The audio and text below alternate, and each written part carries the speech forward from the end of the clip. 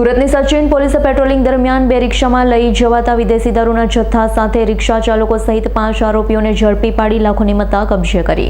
Surat police commissioner તથા સંયુક્ત police commissioner sector 2 નાયબ પોલીસ કમિશનર ઝોન 6 અને મદદનીશ પોલીસ કમિશનર આઈ ડિવિઝન દ્વારા આગામી સમયમાં આવી રહેલ મોહરમના તહેવારને લઈ પોતાના વિસ્તારમાં કાયદોની વ્યવસ્થા જળવાઈ રહે તેમજ પ્રોહિબિશનની પ્રવૃત્તિ નેસ્તનાબૂદ કરવા સૂચના આપી હોય જેને લઈ સચિન પીઆઈ પીએન વાઘેલાના માર્ગદર્શન હેઠળ પીએસઆઈ એસડી સિંઘની ટીમના એએસઆઈ ઇન્દ્રજીતસિંહ, અમર સંઘ વનાર અને અરનામ પોલીસ કોન્સ્ટેબલ દશરથ માવજી રજી નવસારી સચિન હાઈવે કપલેથા ચેકપોસ્ટ પાસેથી રિક્ષામાં પસાર થતા બાકર અલી ઉર્ફે બકરા અંસારી, રહીશ ઉર્ફે ડબ્બુ શેખ અને શાહનવાઝ ઉર્ફે બંટા શેખ, નફીદ સૈયદ અને હૈદર અલી અંસારીને ઝડપી પાડી તેની